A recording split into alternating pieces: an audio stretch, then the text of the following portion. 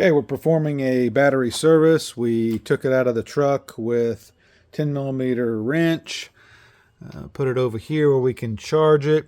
You can see where we've removed the cover on this one. So this one's designed a little bit differently, but if you can remove the cover, do so. Get down to where you can see the water, acid in the cells. You can see some of these are proper level right here and right here.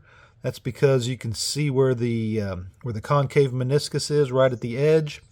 These other ones are going to need just a little bit of fluid. What do we put in there? Distilled water. You can get it cheap at Walmart or any other retail store.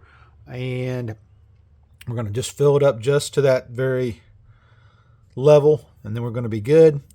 We're going to charge it at least 6 hours, maybe overnight. And we're also going to clean the terminals, and then hopefully we can get a couple more years out of this battery. So we've charged the battery, but we were still having a lot of lights coming up on the dash, especially after we drove the vehicle for a while. So I suspected the alternator. So we're using a multimeter. We're looking at the voltage on our battery right now, and it's at a 12.34. Not the greatest, should be around 12.6, so it's a little weak, but it's close. Okay, now we're going to start the vehicle.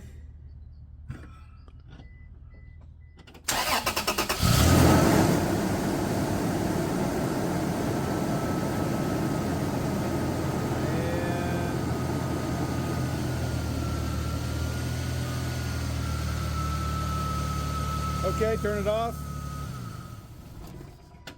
Okay, so as you can see, unfortunately, we're getting absolutely no charging whatsoever from the alternator. The battery voltage went down to probably lower than it should, down around 10 when the vehicle was started, and then came back up to the 12 volts, but that was with no charging whatsoever, because when it's charging it should be up closer to 14 volts. So we're going to have to replace that alternator.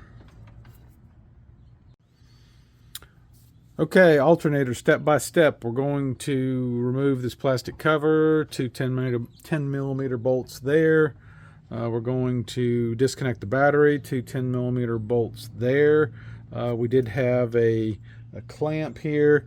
It also uses 10mm, but we've already taken those out because we've been charging the battery. So we'll get these two things off, and then we'll get closer down to the alternator. Okay, battery and package trays out. We're going to take off this bracket, easy with the 10mm bolt. It's going to give us more access here. Then we're going to get on to you can see the alternator. It's an original alternator. Looks like it's seen better days. We're going to get on the belt. We're going to get on the belt tensioner, which you can see. I'll have to get from underneath. But we're going to get on the belt tensioner, release it, and get this belt off. Take a picture of the belt. I don't see a routing chart in the engine compartment. So just take a picture of it, making sure you get it on there correctly. We're going to replace the belt while we're at it because it's worn. Okay, I took the skid plate off. Definitely a better view from underneath. You can see how the belt is routed.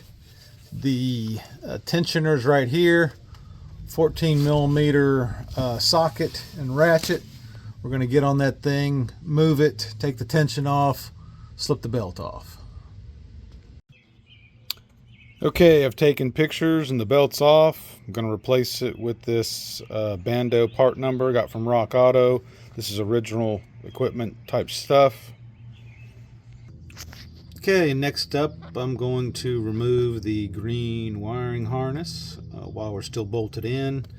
There's also the power wire here. That has to be unbolted. I may go ahead and remove this rusty plate here just for better access. And then looks like a 10mm bolt connecting the bracket to the alternator, that's going to come off as well. Okay, so definitely want to remove that rusty bracket that was here, get that out of the way. That gets you access to this bolt here where the power comes in. Much easier to get to. There's actually two 10mm bolts on the metal bracket down there.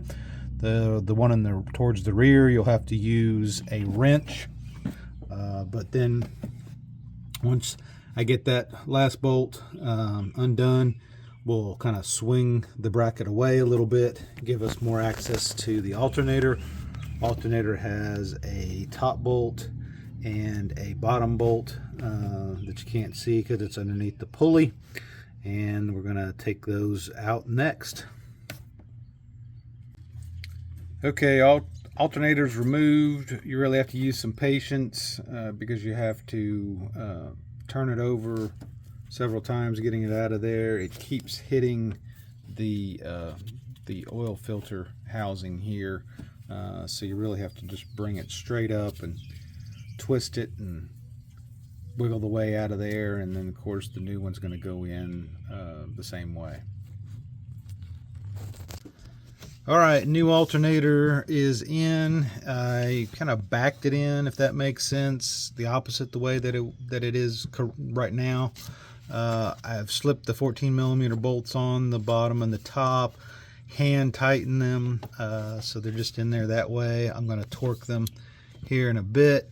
Right now I'm going to put the wiring harness back on with the 10mm bolts, just basically get them snug.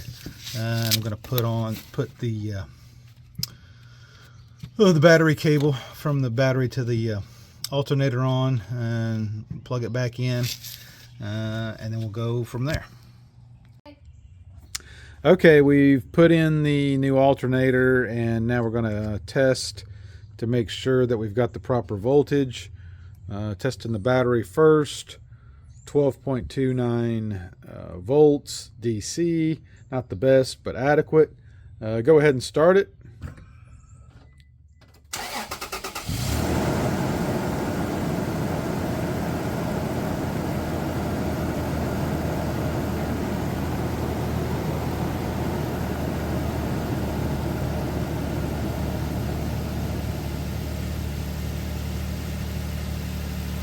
All right, battery dropped down to about 10.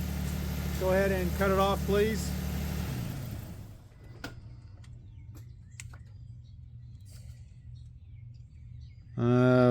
So the battery dropped down to about 10 when it was started, but then as you saw, went up to 14.14 or so, and then our battery has some higher voltage now. So our alternator's working.